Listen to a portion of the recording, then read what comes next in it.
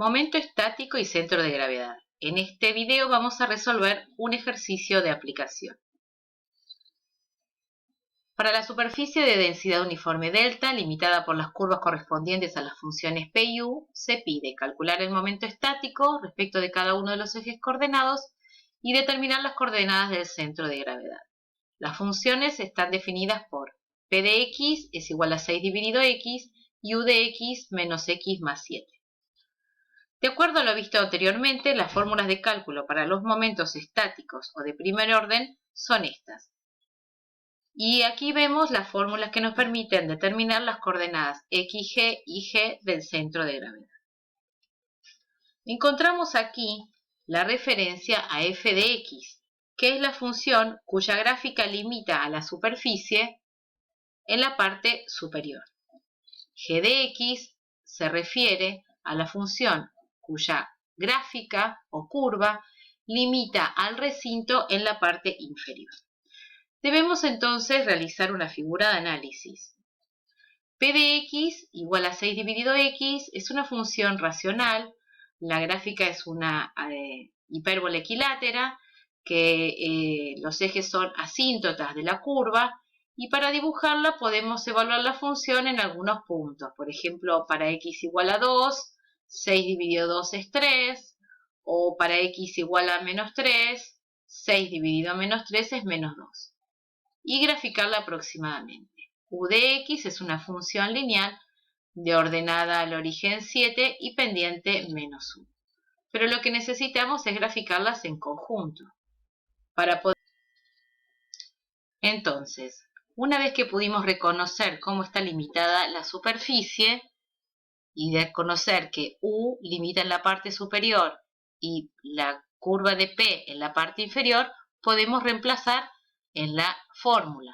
Necesitamos ahora determinar los límites del intervalo que van a estar dados por las abscisas de los puntos de intersección. Para calcular estos valores, igualamos las dos funciones.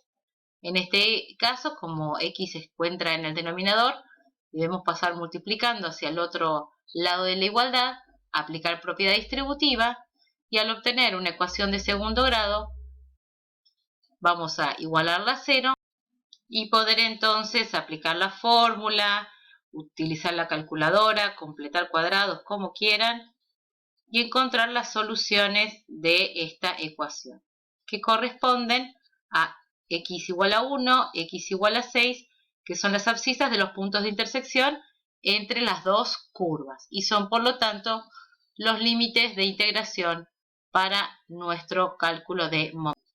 Estamos ya en condiciones de empezar a trabajar con las integrales. Vamos a calcular en primer lugar el momento estático respecto del eje x. Reemplazamos a U por la función menos x más 7, P por su ecuación que es 6 dividido x, y trabajamos algebraicamente. En este primer término vamos a aplicar el cuadrado del binomio, resultando este trinomio.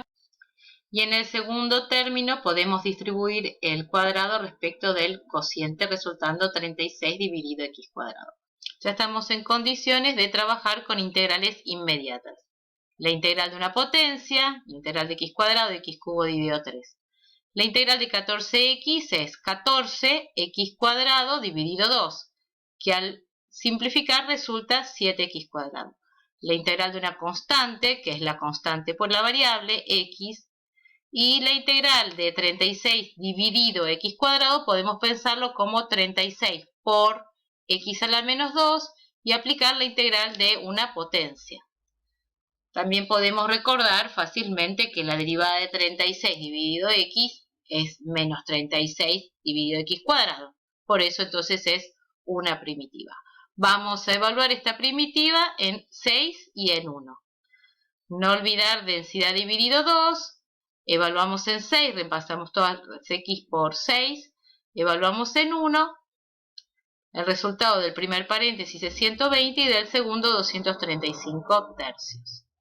La diferencia es 125 tercios, que al multiplicar los denominadores resulta que el momento estático respecto del eje de abscisas es 125 sextos delta. Se suele escribir primero el número y después delta. Vamos a trabajar ahora con el momento estático respecto del eje de ordenadas.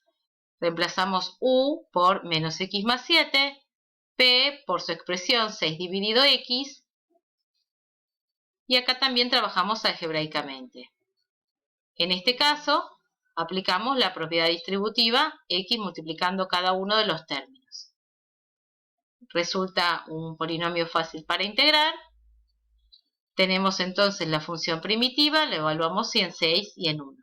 El resultado del primer paréntesis es 18 y el resultado aproximado del segundo, menos 2,83. 18 menos 2,83 resulta 18 más 2,83, por eso este es nuestro resultado aproximado. El momento estático respecto del eje Y es 20,83 delta. Bien, vamos ahora a calcular las coordenadas del centro de gravedad. Estas son las fórmulas a las que habíamos llegado. Pero recordemos que conceptualmente XG es el cociente entre el momento estático respecto del eje Y dividido la masa total, y la ordenada del centro de gravedad es el cociente entre el momento estático respecto del eje X dividido la masa total. Siendo que ya conocemos ambos momentos, vamos a calcular la masa total, la cual, por definición, es el producto entre la densidad y el área. La densidad es delta y el área la podemos calcular aplicando la integral.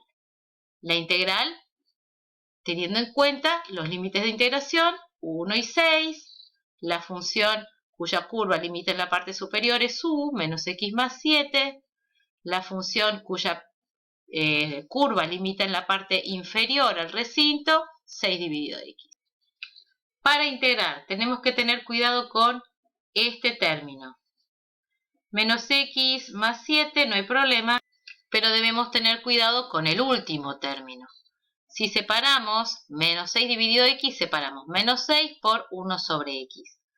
1 sobre x, si nosotros queremos expresarlo como x a la menos 1, quizás nos tentamos de aplicar la regla de integración para las potencias, pero esa regla excluye justamente la posibilidad de aplicarse cuando el exponente es menos 1. Cuando el exponente es menos 1, la expresión es esta y su integral es logaritmo natural del módulo de x. Evaluamos entonces la función en 6 y en 1. Realizamos las cuentas y el resultado aproximado es 6,75. Esta es entonces la masa total. 6,75 el área multiplicada por la densidad, la masa total.